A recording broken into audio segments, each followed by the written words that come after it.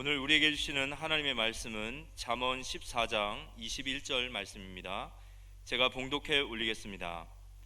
이웃을 업신 여기는 자는 죄를 범하는 자요, 빈곤한 자를 불쌍히 여기는 자는 복이 있는 자니라. 오늘도 주의 이름으로 나오신 여러분들을 정말 축복하며, 우리 예수님께서 쓰시던 방언으로, 히브리 방언으로 옆에 사람에게 한번 인사하겠는데요, 그게 뭐냐면 살롬이라는 겁니다. 옆에 사람하고 살롬 한번 하세요. 살롬, 평안이라는 뜻입니다. 주의 사랑으로 사랑합니다. 이 시간도 송도에서, 영흥에서, 동두천에서, 또 북경에서, 연운항에서, 북방처소교에서 위성으로 함께 예배드리는 곳에 하나님 더 큰 위로와 축복이 있게 되기를 바랍니다. 요즘 아주 재미난 노래, 인기 있는 노래 아시죠? 테스 형. 테스 형, 코로나 왜 이래? 왜 이렇게 힘들어? 테스 형, 북한은 왜 저래? 중국은 또 왜 저래? 어제 북한에서는 6.25는 남한이 북침에 올라온 거래요. 중국에서는 6.25 전쟁 참전 70주년을 맞이해서 강대국 미국이 약속을 북한을 쳤기 때문에 자기들은 어쩔 수 없이 동참했다고. 웃기는 디자인이죠. 웃기는 얘기입니다.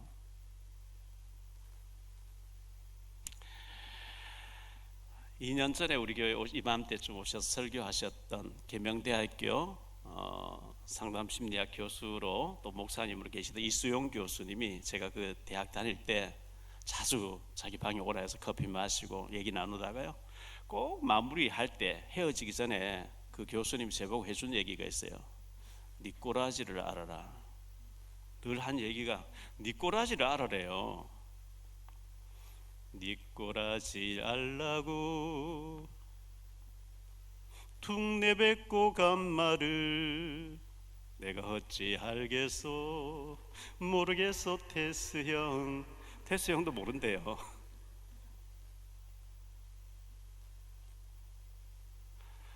우리 한번 따라 합시다. 내 꼬라지를 알자. 사실 내 꼬라지 알기 참 어려워요. 그리고 오죽하면 마태복음 7장 1절 5절에 예수님께서 남의 형제 눈속 티는 네가 잘 보면 네 눈속에 들보는 왜 모르냐? 내 눈속에 들보 보기 참 어려운 거거든요. 내 꼬라지 알기 참 어려운 거거든요. 고인이 됐습니다마는 안양에서 국회의원 하셨던 최희준이라는 가수가 있었죠. 그분이 부른 노래 중에 인생은 나그네 길 어디서 왔다가 어디로 가는지 모른대요. 어디서 와서 어디로 가는지 모른대요. 이 성경에 나와 있는데 하나님을 모르면 원숭이가 조상인지 곰이 조상인지 어디서 왔다가 어디로 가는지 모른다는 거예요. 하나님 알면 간단한 것을. 할렐루야. 사실 내 꼬라지를 알면 사타마우스 할 말이 없죠. 원죄와 자범죄와 조상의 죄와 알고 지은 죄 모르고 지은 죄 처절하게 우리 멸망받을 수밖에 없었는데, 하나님께서 그리스도를 보내주셔서 우리를 대신해 십자가 죽어주심으로 우리를 저주에서, 사단에게서, 지옥 배경에서 구원해 주신 줄 믿습니다. 아테네에서, 그리스의 헬라의 그 수도 아테네에서 한 2시간 가면 델포이라는 곳이 있다 그러죠. 거기에 아폴론 신전이 있는데 2500년 전에 소크라테스 거기 가본 거죠. 갔더니만은 그 신전 안에 들어갈 때 입구에 글이 세 가지가 이렇게 적혀 있어. 그 중에 하나가 너 자신을 알라. 그 딱 보는 순간에 소크라테스가 그렇구나, 내가 평생 저걸 얘기를 해야 되겠구나. 아테네에서 이 소크라테스는 사람들하고 대화하기를 좋아하고, 그 철학자들 막 대화하기를 실컷 대화하고 난 뒤에 너 자신을 알라. 계속 이제 그렇게 얘기하고 다녔다 그러죠. 너 자신을 알라.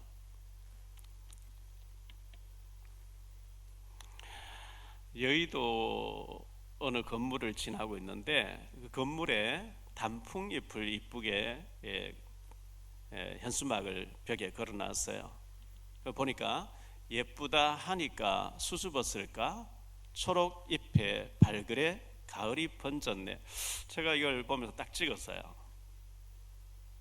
저 단풍이 봄에는 새싹으로 나오죠. 여름에는 푸른 잎이 돼 있다가 가을 되면은 저렇게 단풍이 있어요. 겨울 되면 낙엽이 돼서 뒹굴지요. 우리 인생도 그렇습니다.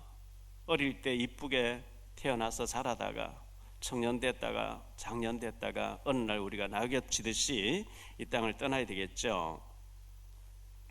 삼성그룹 이건희 회장님이 참 우리나라에 많은 일을 이렇게 초일류로 만들어 놓고 갔었어요. 그분이 했던 말, 유명한 말이 있죠. 마누라하고 자식 내놓고 다 바꾸어라 그랬거든요. 안 바뀌면 안 된다는 거예요. 바꿔야 된다는 거예요. 그래서 자꾸 갱신해야 되겠죠. 혹시 이혼하셔서 새로운 가정을 이렇게 이루고 계신 분도 많이 계시죠. 어쩔 수 없이 이혼할 수밖에 없었으면 하셨고, 새로운 사람과 잘 살면 돼요. 사랑하고 아끼고 잘 살면 되고요. 코로나 때문에 많이 힘들어진 어려운 시기에 우리 이승철 장로님께서 성남에서 그 공장을 하고 계시는데, 그냥 회사 일을 하다가 회사를 인수하게 돼가지고 도저히 한 푼도 없는데 살 수도 없었는데 인수가 되어져가지고 지난주에는 확장 이전 예배를 드렸거든요. 코로나 때문에 일거리 없고 참 어려운 가운데 우리 일거리 많아지고 더 확장해서 이제 이사를 예배를 드리면서 가보니까 우리 박장교 원사님이 기도실이라고 이렇게 만들어 놨어요. 기도실에 딱 들어가 보니까 칠판에다 적어 놨어요. 열왕기상 18장 4절. 오바다가 주의 종 50명씩 땅굴 속에 이렇게 숨겨놓고 돌봤다는, 이 장로님과 권사님은 평생 그 오바다를 언약으로 붙잡고 100명 이상의 주의 종을 섬기게 해달라고 기도하고 있는데 하나님 자꾸 축복하시는 거예요. 제가 가서 간증 드리면 너무 은혜를 받는다니까요.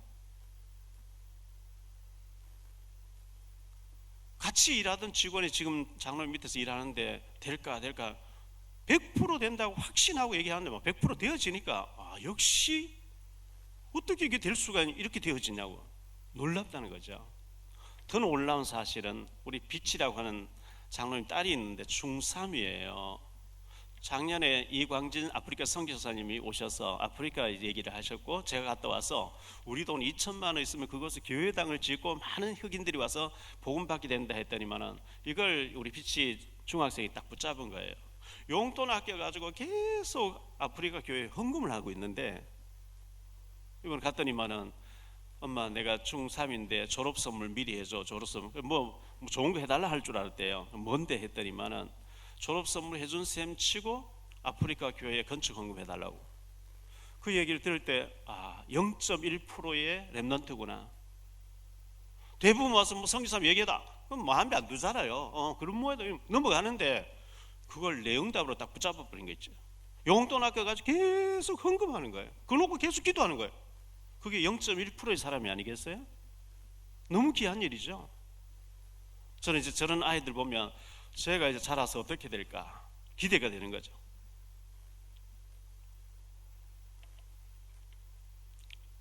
우리 김진선자 권사님의 아들 되는 현이라는 아이가 지난번 제가 말씀드렸죠. 배를 타고 해사고등학교 나오고 너무 힘들어서 죽어야 되겠다고 이렇게 막 극단적인 생각을 했더니 어떻게 발견되어서 빨리 해서 살았고, 복음 받고 난 뒤에 술 먹고 막 오늘 내일 죽겠다고 계속 하던 애가 변화를 딱 받고 관광학교를 나와가지고 서울의 신세계그룹 큰 호텔에 취직됐는데 지금 호텔 다 거의 운영이 안 되잖아요 지금요. 이런 가운데 제게 문자가 왔어요. 전국에서 청년들 10명을 뽑는데 시험 보러 갑니다. 목사님 기도해 주세요. 지금 현재 20명으로 줄어졌는데 그중 10명은 국비를 대줘 AI를 연구하게 이제 해외 가서 공부하고 오도록 이렇게 정부에 다 대주는데 기도했어요. 기도했죠. 3등째 됐다는 거예요. 얼마나 기도하고 됐겠어요. 하나님 영광 위해서 제가 국비로 지원받아서 연구하고 하나님 앞 쓰임받게 해달라 막 이런 기도를 하는데 3등으로 됐다는 거예요. 참 너무나 감사한 일이죠. 어제 우리 손수기 권사님이 서울에서 안양으로 이사를 하셔가지고 이사의 신방을 갔는데 집 계약 기간이 내년까지 남아있고 이렇게 해서 도저히 이사할 수 없는데 다른 안양이 취직되었고 이제 옮겨야 되는데 그래서 이사 가게 해달라 했더니만은 보일러가 고장나서 물이 푹푹 새니까 주인이 방 빼면 이사 가면은 우리가 수리하여 또 세를 놔야 되는데 이사 갈 수 있으면 가라고 이렇게 뭐 아직 기간 안 됐다 못 빼준다 하면 참 어려운 건데 보일러 고장나 물이 솟아나서 가라고 할 정도로 그럼 하나님 갑자기 이제 그래서 안양 쪽으로 와서 김수경 권사님 방 보러 다니는데 하나님 이사하게 하시면 하나님 분명히 예비된 거 있죠. 방 3개짜리 달라고 계속 기도 찾았는데 이 집이 준비되어 있었는데요. 그간에 몇 사람 보러 왔는데 주인이 조건이 개를 키우는 사람 못 준다 하는데 전부 개를 가져와서 못 주고 이제 우리 권사님과 딱 이제 연결된 거예요. 그 과정이 일주일 만에 딱 이루어져 이사까지 다 했는데 너무나 세밀하게 하나님 정확하게 인도하고 계신 그런 간증을 들으면서 이분들이 제대로 현장에서 응답받고 계시는구나 감사했습니다. 2주 전에 제가 공주의 핑크 물리라고 하는 그 공원에 신문 보고 사진 찍으러 가서 지방에 내려가는 길에다가 들려가 사진을 찍는데요. 그 핑크 물리가 있는데 카메라를 긴 거 가져와서 작가들이 많이 찍고 계시는 거예요. 거기에 안성에서 왔다고 하는 85세 된 할아버지 할머니가 사진 찍으러 오신 거 있죠. 이분들인데요. 지금 화면에 나오는. 그래서 그 작가분들이 할아버지 몇 살이세요? 85세라는 거예요. 어디서 오셨어요? 안성에서. 와 그러면서 모델 돼달라고 전부 카메라 큰 거 가지고 막 찍히시라는 거예요. 연세 드시면서 저런 좀 즐거움도 순 높은 얘기를 알아듣겠습니까? 좀 저런 데로 좀 가보시고 이렇게 했으면 좋겠어요. 우리 축구 선수 중에 이동국 선수가 그저께 은퇴 기자회견했죠. 참 축구를 잘하는 선수인데요. 히딩크에게 발탁되지 못한 거예요. 히딩크가 딱 보는데 너무 게을리 움직인데요. 빼버린 거 있죠. 축구를 잘하는데 탈락돼 버리가 얼마나 충격이 되겠어요. 충격되는데 그게 전화 위복이 된 거예요. 그것 때문에 막 더 노력하고 더 열심히 해가지고 41세 41살 때까지 현역으로 뛰면서 얼마나 성실하게 잘했는지. 자녀 5 데리고 송도에 산다는데 참 전도가 됐으면 좋겠어요. 여러분에게 우리 살아가면서 안 좋은 일이 생길 때 거기서 절망하지 마시고 그걸 전화 위복의 계기로 만들 수 있게 되기를 축원합니다. 오늘 말씀을 가지고 3가지로 말씀드리려고 합니다. 첫째, 예수님을 믿고 구원받아야 됩니다. 제일 중요한 것은 예수 믿고 구원받는 것. 이 땅에서 아무리 잘 살고 아무리 권세를 누리고 아무리 부귀 영화를 누렸다 할지라도 죽으면 지옥 간다. 그보다 더 비참한 것이 없어요. 제일 중요한 것, 구원받는 것. 구원은 열심히 노력해서 공로를 많이 쌓아서, 그건 천주교 캐톨릭 사상입니다. 아닙니다. 예수님을 나의 주인으로 그리스도를 믿으면 구원받는 줄 믿습니다. 어떤 죄인도 예수 믿으면 구원받아요. 대한항공 폭파했던 칼기 폭파했던 김혈이라는 여자는 115명 죽였어요. 사형당해야 돼요. 나는 김정일 시켜서 그랬다고, 어쩔 수 없이 그랬다고, 한번 살 길 달라. 지금까지 살아있고 나도 여자로 살고 싶다 책 2권 냈어요. 간첩으로 6.25 사변 때 넘어왔다가 잡혔어요. 이보라는 노인이죠. 전향하면 주겠다는데 자기는 죽어도 전향 안 한대요. 자기는 공산주의, 김일성주의라는 거예요. 34년 비전형 장기수로 감옥에 있다가 인도주의 차원에서 좀 석방시켜주고 주거에 제한을 줬어요. 언제든지 자수한다고 하면 자유가 있다, 시민권도 받는다. 싫다는 거예요. 죽어도 공산주의해야 돼요. 김영삼 정권 때 힐체 타고 넘겨 보내줬습니다. 왜? 안 받아들이니까. 우리가 뷔페 식당 가서 음식 다 보고도 안 먹으면 나하고 상관이 없죠. 여기 컵에 있는데 뚜껑 닫으면 물 한 방울도 안 들어가요. 아무리 물을 쏟아부어도. 교회 한 번 와본 게 문제 아니고 예수님을 나의 주인으로 모시고 구원받아야 될 줄 믿습니다. 원래 인간은 하나님의 형상대로 지금 받았어요. 왜 우리가 예수를 믿고 구원받아야 됩니까? 원래 인간은 하나님의 형상대로 창세기 1장 27절 28절 소나 돼지나 개 짐승은 하나님의 형상이 아닙니다. 그래서 그 짐승들은 하나님 찾지 않습니다. 인간만 하나님 형상대로 하나님 흙으로 이렇게 빚어놓고 코에다가 하나님 입김을 불어넣었어요. 그걸 보고 영혼이랍니다. 하나님에게서 왔기 때문에 인간은 하나님 알 때 행복한 거거든요. 하나님께서 아담 하와에게 절대로 선악과를 먹으면 안 된다, 선과 악을 알리는 나무가 있는데 쳐다봐도 괜찮은 저걸 따먹으면 정령 죽는다, 반드시 죽는다, 그걸 언약으로 줬는데요. 창세기 3장 1절로 6절에 보면 마귀가 와서 뱀이 말을 했어요. 인간 타락하기 전에 뱀이 말을 했어요. 계시록 12장 9절에 옛뱀 속에 마귀가 들어가서 그렇게 했다. 뱀이 와서 하나님 다 먹지 말라 하느냐? 아니야, 선악과 먹지 말라 했어. 그걸 왜 먹지 말라 했는지 아냐? 네가 그걸 먹으면 네가 하나님처럼 되어버리기 때문에 먹지 말라 했다. 먹어라. 뱀의 유혹하는 말, 마귀의 유혹하는 말 딱 듣고 쳐다보니까 보암직도 하고 먹음직도 하고 탐스럽기도 한 나무죠. 먹어버렸어요. 먹는 순간에 영의 눈이 어두워지고 육의 눈이 밝아졌어요. 우리가 벗었네. 무화과나무 잎을 엮어가지고 하체를 가리고 숨어 있습니다. 아담아, 네가 어디였느냐? 하나님 물었습니다. 하나님 몰라서 묻는 게 아닙니다. 제가 선악과를 따먹고 지금 부끄러워서 숨어 있습니다. 하나님께서 내가 먹지 말라, 네가 왜 먹었냐? 마귀가 뱀이 시켜서 먹었습니다. 이래서 에덴 동산 쫓겨나오게 됐는데요. 하나님께서 짐승을 잡아 가죽 옷을 해 입히면서 하나님의 아들 예수 그리스도, 죄 없으신 예수 그리스도 오셔가지고 이 짐승이 너희 부끄러움 덮어주듯이 그분의 피가 너희 죄를 덮어줄 것이라. 여자의 후손, 남자의 후손 안 됩니다. 죄 없는 하나님의 아들 예수님이 오셔서 여자의 몸을 빌려 오셔서 우리 죄를 위해 죽어주셔야 되기 때문에 하나님은 공의라고 하는 게 성품이 있습니다. 선악을 따면 반드시 죽여야 돼요. 그 사랑의 성품은 용서를 해줘야 돼요. 공의를 베풀 자리 사랑을 해야 하자니 공의가 안 돼서 곤란한 문제를 죄 없으신 하나님의 아들 예수님을 이 땅에 보내서 그분은 하나님의 아들이라는 표시로 처녀, 결혼하지 아니한 처녀의 몸을 빌려서 이 땅에 오실 것이고 우리를 위해 죽어주실 것이고 부활할 것인데, 오실 예수 믿으면 구원받는다. 구약시대였어요. 그분이 2000년 전에 오셨고 우리 죄를 죽어 부활하셨어요. 그 오셨다 가신 예수, 재림에 오실 예수 믿으면 구원받는 줄 믿으시기 바랍니다. 예수 안 믿으면요, 요한복음 8장 44절에 너희는 너희 아비 마귀의 자녀라는 겁니다. 저는 거짓말쟁이래요. 선악을 따먹으면 하나님 된다. 먹으니까 저주 오는 거 있죠. 요한복음 16장 11절에 보면 이 세상 임금 불신자는 완전히 마귀에게 종노를 해야 됩니다. 이사가람 가야 되고 시킨 대로 해야 돼요. 끌려다니고 있어요. 하나님의 구원 계획을 주셨는데요, 창세기 3장 15절에 여자의 후손에 와서 뱀의 머리를 상하게 할 것이라. 출애굽기 3장 18절에 피제사, 희생제사를 드리면 저 애굽의 노예에서 저주에서 빠져나온다.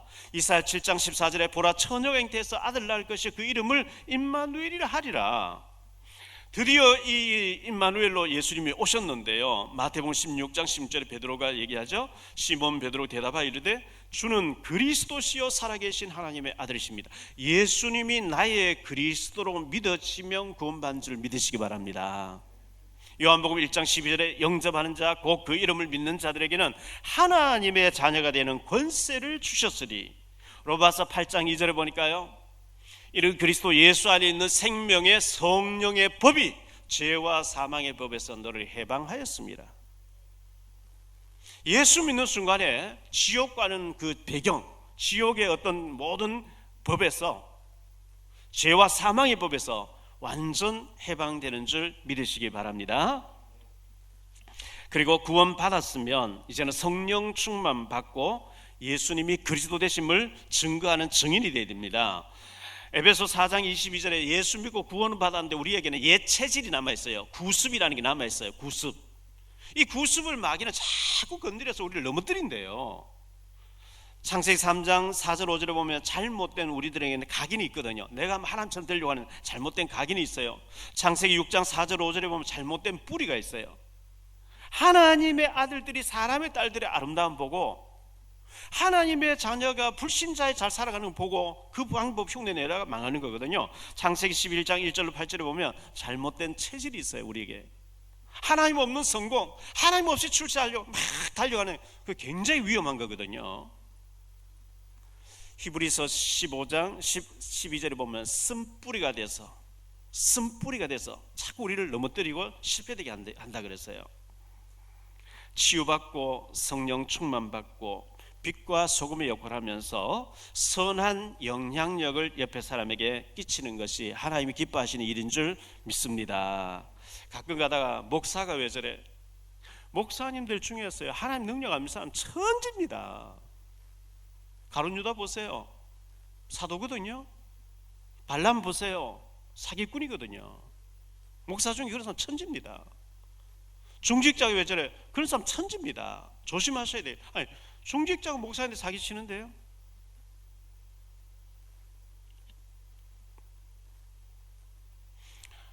사무엘상 1장, 2장, 3장에 보면 엘리 대제사장이 나옵니다.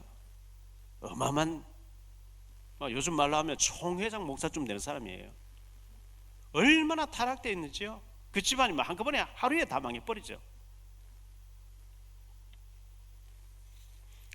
어제 우리 정상순 권사님 자제되는 김진호 집사님 거기 가게를 옮겨가지고 예배를 드리는, 예배들이 식사하면서 이렇게 얘기하시는데 보니까요, 우리 정상순 권사님이 대부도에서 예배들이 나오는데 남편이 같이 나올 때는 차로 오면 1시간 좀 걸리는데, 남편이 뭐 일이 바쁘고 펜션을 운영하다 보니 밤새도록 시중 들고 아침에 청소도 해야 되고 피곤하게 못 나오잖아요. 버스 타고, 전철 타고 버스 타고 차를 4번 갈아타서 교회 오신대요. 시간이 얼마나 걸리냐? 2시간 반쯤 걸린대요. 얼마나 힘드시겠어요. 그런데 그렇게 기도하면서 시간이 많이 걸려서 오시는데 너무너무 예배를 잘 들어 은혜 받고 늘 충만해서 가신다는 거예요. 할렐루야. 저는 권사님 뵐 때마다 너무 귀해요. 얼마나 감사한지. 보면 반가워서 막 악수하려고 너무너무 저를 위해서 기도해 주시는 감사하죠. 여러분들 모두가 좀 거리가 있고 해도 기도하면서 예배에 승리하게 되시기를 축원합니다. 록펠러는 자기 아들에게 너는 1시간 전에 제일 앞자리 가서 1시간 동안 기도해라. 목사님의 설교 하나님 음성으로 들어라. 세계에서 선교 때문에 제일 11조 많이 한 사람 되게 기도해라. 록펠러 진짜 1시간 전에 와서 기도했어요. 1시간 전에 나와서 정말 간절한 마음으로 하나님 음성 듣게 해달라고 기도하는, 1시간 또 기도하는 사람하고 늦은 시간 어슬렁서 왔다가 졸다 가버린 사람 다릅니다. 예배에 승리하시기를 축원합니다. 두 번째로 생각할 말씀은요, 이웃을 업신 여기는 자. 오늘 말씀에 보면 네 이웃을 업신 여기면 하나님 앞에 죄를 짓는 거라 그랬거든요. 이웃 소중한 사람들이죠. 어느 멍청한 사람이 서울 남산에 올라가서요, 서울 시내를 탁 내려다보면서 서울 시내 사는 사람 다 죽어버리라. 그럼 전부 내 거 된다. 이렇게 얘기를 했다는 거예요. 그러고 가만히 생각해 보니까 버스 타고 그 남산에 내려와야 돼요. 버스 기사는 살아나라. 전철 기사도 살아나라.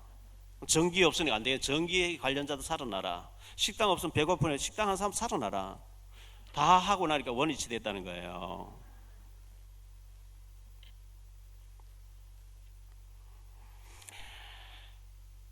장작개비가 혼자서는 잘 안 타죠. 여러 개 포개져야 잘 타는 것처럼 나 혼자는 어렵습니다. 더불어 함께 우리가 살아가야 되는데요, 이웃을 업신 여기는 자는 하나님께 죄를 짓는 자라고 말씀하고 있어요. 죄를 지으면 형벌이 따라오잖아요. 잠언 11장 12절에 지혜 없는 자는 그의 이웃을 멸시하나. 지혜 없는 자는 이웃을 멸시한대요. 명철한 자는 잠잠하게 된다는 거예요. 마태복음 19장 16절입니다. 어떤 사람이 예수께 와서 내가 무슨 선한 일을 하여야 영생을 얻으리까 이렇게 질문합니다. 19절에 보면요, 네 부모를 공경하라, 네 이웃을 네 몸과 같이 사랑하라 이렇게 말씀을. 네 부모를 공경하고 이웃을 사랑하라. 마태복음 22장 34절로 40절에도요, 한 율법사가 예수님을 시험하러 왔습니다. 선생님, 율법 중에 제일 큰 계명이 무엇입니까? 이래 묻죠. 예수님께서 네 마음을 다하고 목숨을 다하고 뜻을 다해서 주 너희 하나님을 사랑하라 썼으니 이것이 크고 첫째 되는 계명이요, 둘째도 이와 같으니 네 이웃을 네 자신같이 사랑하라 썼으니 이 두 계명이 온 율법이고 선지자의 강령이라.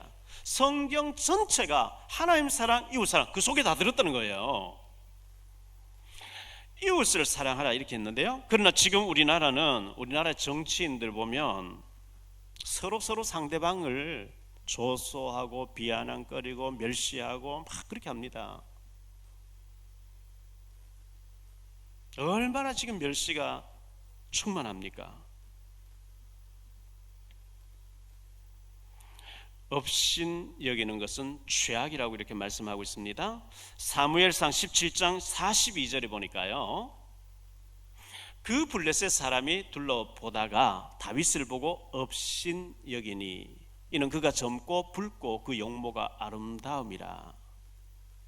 골리앗은 2m 85짜리 큰 덩치 큰데요, 다윗 조그만 소년이 막대기 하나 들고 나오니까 업신 여겼다는 거예요.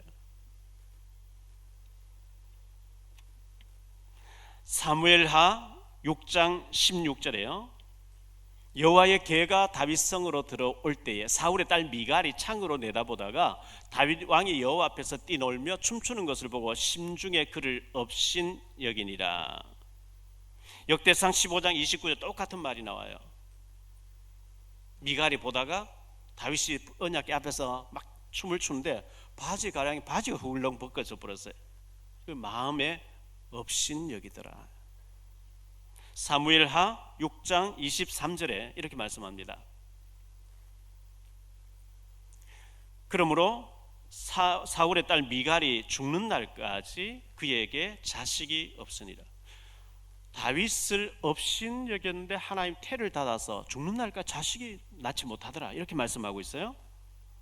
잠언 11장 9절에 악인은 입으로 그의 이웃을 망하게 하여도 의인은 그의 지식으로 말미암아 구원을 얻느리라. 악인은 이웃으로 자꾸 저주를 한대요. 멸시한다는 거예요.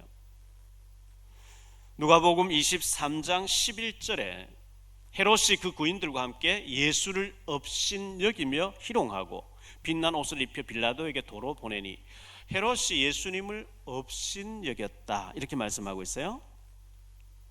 자, 이렇게 하면 하나님께 죄를 짓는 것이라 했는데요, 이사야 43장 10절에 내 이름으로 불려지는 모든 자 곧 내가 내 영광을 위하여 창조한 자를 오게 하라. 그를 내가 지었고 그를 내가 만들었느니. 우리의 이웃이 전부 하나님의 작품이에요. 하나님의 작품인데요, 하나님이 지으시고 하나님 만드신 자를 우리가 업신 여기고 멸시하고 비아냥거리고 조소하고 이렇게 하면 안 되는 겁니다. 잠언 14장 31절에요 가난한 사람을 학대하는 자는 그를 지으신 이를 멸시하는 자요, 궁핍한 사람을 불쌍히 여기는 자는 주를 경외하는 자니라, 공경하는 자니라. 가난한 사람을 학대하는 자는 그를 지으신 하나님을 멸시하는 것이다. 잠언 17장 5절입니다. 가난한 자를 조롱하는 자는 그를 지으신 주를 멸시하는 자요, 사람의 재앙을 기뻐하는 자는 형벌을 면하지 못할 자니라. 다윗이 범죄했습니다. 우리의 아내를 범하고 그 남편 된 우리아를 전쟁터에 내보내서 죽게 만들었어요. 구원받은 사람 성령 충만할 때 순간적으로 유혹이 오니까 이런 큰 죄에 빠지게 됐는데요, 사무엘하 12장 9절로 10절에 하나님 나단 선지자를 보내서 이렇게 책망합니다. 그러한데 어찌하여 네가 여호와의 말씀을 업신 여기고 나보기에 악을 행하였느냐. 네가 칼로 헷 사람 우리아를 치되 암몬 자손의 칼로 죽이고 그의 아내를 빼앗아 내 아내로 삼았도다. 이제 네가 나를 업신 여기고 헷 사람 우리아의 아내를 빼앗아 내 아내로 삼았은즉 칼이 내 집에서 영원토록 떠나지 아니하리라 하셨고, 다윗의 행위가 하나님을 업신 여기는 행위였다는 거예요. 업신, 네가 어찌해서 나를 업신 여기고 그런 짓 하냐.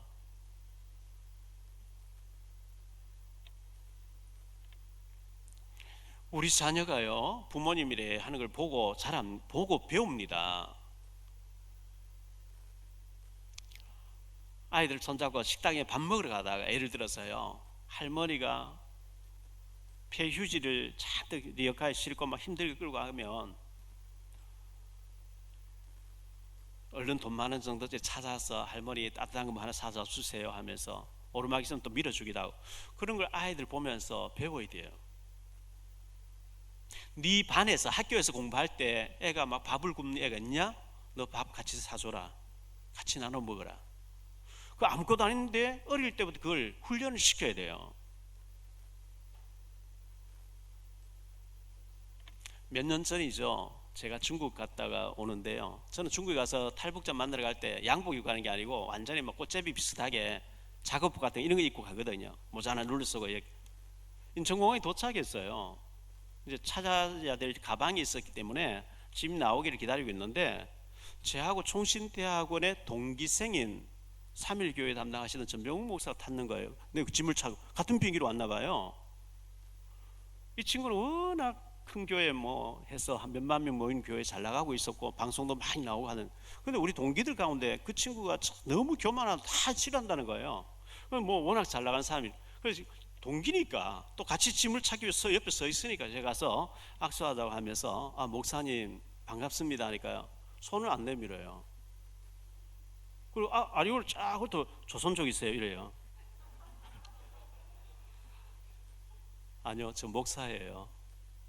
전 목사님과 총신대학원 84회 A3반에 A3반에 3년 동안 같이 공부한 박용배 목사님.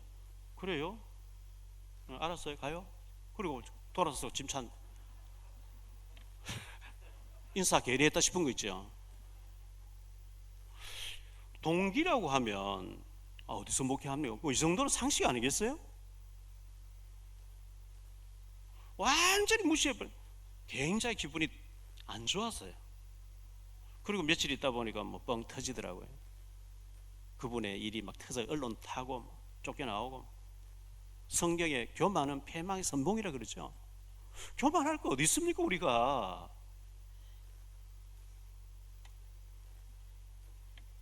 세 번째, 빈곤한 자를 불쌍히 여기는 자, 복을 받을 자예요. 불쌍히 여긴다 이렇게 나와 있는데요, 긍휼히 여긴다는 뜻이에요. 가난한 자가, 가난은 죄가 아니죠. 게을러서 가난한 건 참 대책이 없는데요, 열심히 했는데 일이 잘 안 맞았어. 또 사업이 부도났어. 사업하다 부도나면 뭐 구치소도 갔다 올 수 있잖아요. 얼음 당할 수 있잖아요.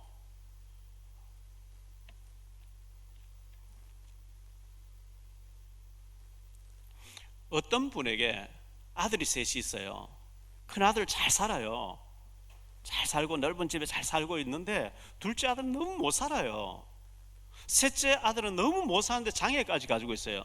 그러면 부모 입장에서는 잘 사는 아들에게 더 관심이 있는 게 아니고 굶고 있는 아이, 장애를 가진 아이에게 더 관심이 있게 돼 있어요. 그게 정상적인 부모예요. 하나님 보실 때 하나님 자녀인데 너무 힘들게 사는 믿음 지키려고 하는 사람에게 하나님 불꽃 같은 관심이 있다고요.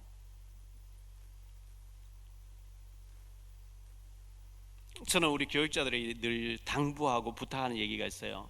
장로님들 가정 잘 살고 신앙교육도 많이 받았고 장로님 좀 되면 뭐 별로 신경 안 써도 다 살아남고 괜찮다. 일일이 막 전화하고 그렇게 매주 뭐 이렇게 신경, 기도만 해주면 된다. 그러나 장애를 가진 자, 너무너무 어렵게 사는 사람, 외롭고 고독하고 병들어 있고 힘든 사람은 우리가 신경 써야 된다. 늘 찾아보고 챙기고 관심 가져야 된다. 그런 사람들의 관심 안 가면 저는 되게 화를 냅니다. 그래야 되지 않습니까?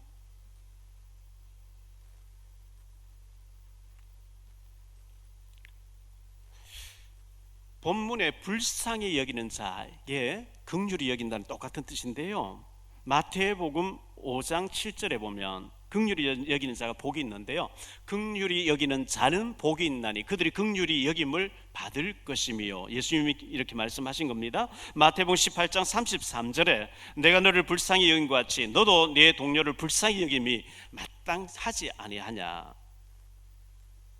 누가복음 15장 20절입니다. 이에 일어나서 아버지께로 돌아가리라. 아직도 거리가 먼데 아버지가 그를 보고 측은히 여겨 달려가 목을 안고 입을 맞추니 탕자가 돌아왔을 때 그 탕자는 나는 하늘과 아버지에게 죄를 지어서 이제는 아들이라 칭함을 받지 못하고 품꾼의 하나로 여기달라 했는데 아버지는 달려와서 측은히 여겼다. 긍휼히 여긴 거죠. 누가복음 18장 8절로 30절에 18절로 30절에 보면요, 어떤 관리가 예수님을 찾아와서 영생 문제를 의논했습니다. 어느 계명을 지켜야 됩니까? 누가복음 18장 22절로 23절에 이런 말씀이 나옵니다. 예수께서 이 말을 들으시고 이르시되 네게 아직도 한 가지 부족한 것이 있으니 네게 있는 것을 다 팔아 가난한 자들에게 나눠주라. 그리하면 하늘에서 네게 보화가 있으리라. 그리고 와서 나를 따르라 하시니, 이 사람은 부자이기 때문에 재물이 많은 거로 심히 근심하면서 돌아가고 다시 나타나지 않아요. 사실 우리가 가진 거 다 팔아서 가난한 자 나눠준다, 불가능하죠. 왜? 그걸 가지고 뭐 하는 선한 일을 해야 되는데, 근데 예수님이 그걸 네가 나눠주고 나를 따르라, 12사도처럼 따르라, 절호의 기회였는데 그 사람 재물 때문에 따르지 못하고 돌아갔다, 이렇게 말씀하고 있습니다.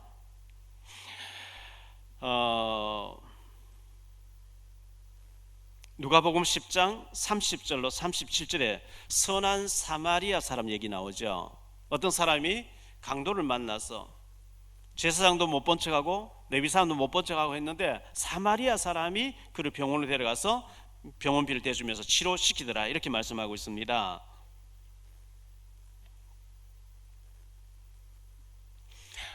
어떤 아는 사람이요, 서점을 조그맣게 하는데 지금 뭐 서점이 장사가 안 되고 월세를 못 내가지고 코로나 때문에요, 저녁에 일찍 문 닫아놓고 편의점에 가서 밤새도록 알바해가지고 서점에 월세를 낸다는 거예요. 얼마나 힘들겠어요. 잠시 이제 일 마치고 가서 잠시 자고 이렇게 힘들게 하는데, 편의점에 어떤 사람이 찾아와서 제가 며칠 굶었는데요, 그 도시락 같은 거 날짜 지나면서 버려야 되는 게 있으면 하나 얻어먹을 수 없겠습니까? 그래서 이분은 복음을 간 사람이 괜찮다고, 내가 대접해 주겠다고 이렇게 하면서 힘내라고 이렇게 했다는 거예요. 자기도 지금 어려운데 알바하면서. 지금 그 정도로 지금 현재 코로나 때문에 한 사람이 어려운 거예요. 마태복음 25장 40절에 임금이 대답하여 이르시되 내가 진실로 너희에게 이르노니 너희가 여기 내 형제 중에 지극히 작은 자 하나에게 한 것이 곧 내게 한 것이라, 이렇게 말씀했습니다.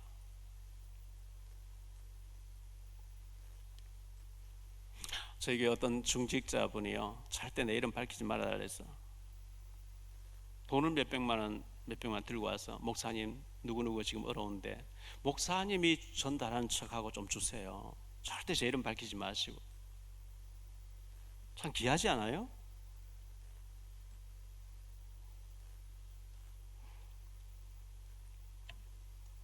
빈곤한 자를 불쌍히 여기는 자가 복이 있다 했는데요, 여기 빈곤하다는 것은 가난한 것, 경제적으로 가난한 것만 빈곤이 아니고, 저 집에는 부유하고 저 사람 아무 걱정 없게 어느 날 자살해 버리는 거 있지.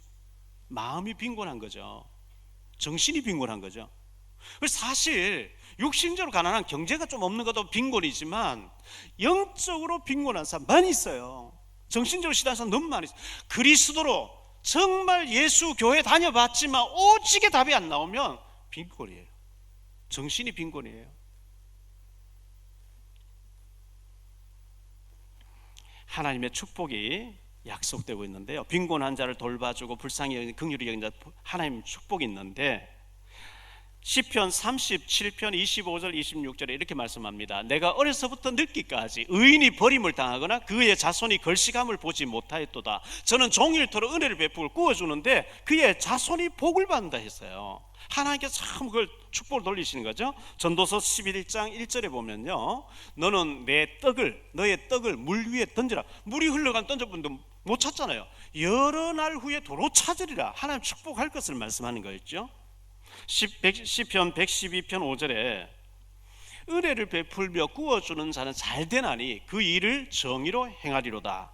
시편 112편 9절에 보니까요, 그가 재물을 흩어 빈궁한 자들에게 주었으니 그의 의가 영구히 있고 그의 뿔이 영광 중에 들리리로다. 잠언 19장 7절입니다. 가난한 자는 그의 형제들에게도 미움을 받거든 하물며 친구야 그를 멀리하지 아니하겠느냐. 따라가며 말하려 할지라도 그들이 없어졌느니라. 가난한 자가 이렇게 무시를 당합니다. 잠언 22장 9절인데요. 선한 눈을 가진 자는 복을 받으리니 이는 양식을 가난한 자에게 주민이라. 잠언 22장 16절입니다. 이익을 얻으려고 가난한 자를 학대하는 자와 부자에게 주는 자는 가난하여질 뿐이니라. 잠언 28장 8절입니다. 중한 별리로 자기 재산을 늘리는 것은 가난한 사람을 불쌍히 여기는 자를 위해 그 재산을 축적하는 것이니라. 축적해놨다가 하나님 딱 빼앗아서 돌려버린대요. 잠언 28장 27절입니다. 가난한 자를 구제하는 자는 궁핍하지 아니하려니와 못 본 채 한 자에게는 저주가 크니라. 이렇게 말씀하고 있어요. 자, 우리가 긍휼히 여기는 마음 가지고 이렇게 살펴보다가 등록금이 없어서 애가 학교를 못 가게 되고 이제 뭐 휴학계를 내야 된다 이런 얘기 들리면 아무도 몰래 이렇게 가서 아니면 교육자를 통해서 한 학기 좀 내주기도 하고요. 정말 굶고 있는 사람이 있으면 좀 찾아가서 전달하기도 하고요. 그게 아무것도 아닌 것 같은데 하나님이 귀하게 보시는 거예요. 하나님이 귀하게 보신대요.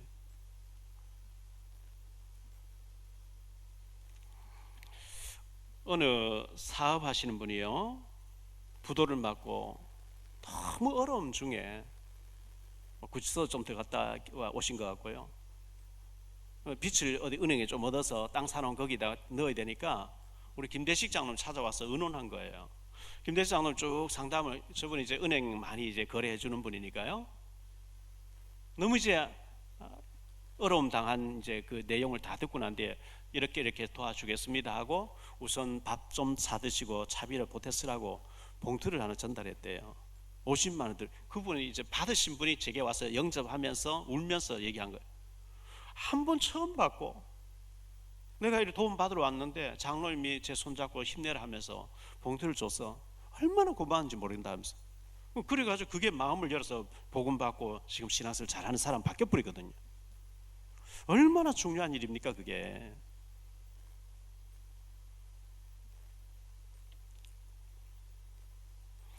결론적으로 말씀드립니다. 교만하면 안 됩니다. 이웃을 없인 여기면 안 됩니다. 전부 귀하게 여기셔야 돼요. 저분도 복음 받고 하나님 앞에 중직자로 세워져야 될, 축복받아야 될 사람, 긍휼히 여겨야 되는 거죠. 우리가 긍휼히 여겨야 됩니다. 불쌍히 여기는 마음. 몸이 좀 불편한 사람 봐도 긍휼히 여기고, 건강하지만 죄를 지고 있는 사람은 불쌍히 여겨. 저분도 하나님 알았으면 저렇게 안 될 텐데. 복음 없이 막 살아온 사람, 저분 속에 악령이 역사하고 있구나. 복음 알면 참 좋을 텐데. 긍휼히 여기는 마음, 불쌍히 여기는 마음. 빈곤한 자를 불쌍히 여기는 자는 하나님이 복을 주신다 그랬어요. 자, 우리가 업신여기고 교만하고 막 무시하고 하면서 하나님 앞에 죄를 지으면서 복 주세요, 복 주세요, 복 주세요.